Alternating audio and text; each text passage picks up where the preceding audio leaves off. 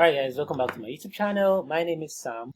Alright, so I saw this stuff and I'm asking myself, is this a huge coincidence or something really shitty is going on?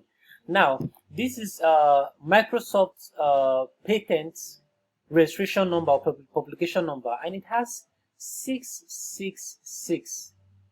Is that a huge coincidence or it's a plan, right?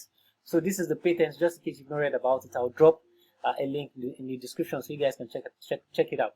Okay, just in case you don't know what this patent is about, it's all about. Now, Microsoft is planning on introducing a technology that will make your body mine cryptocurrency, right? So that is it. It was published on March 27th by Cointelegraph. So you can check it out, guys. Let me know, is it a huge coincidence or this is just in line with what we have in the Bible as 666?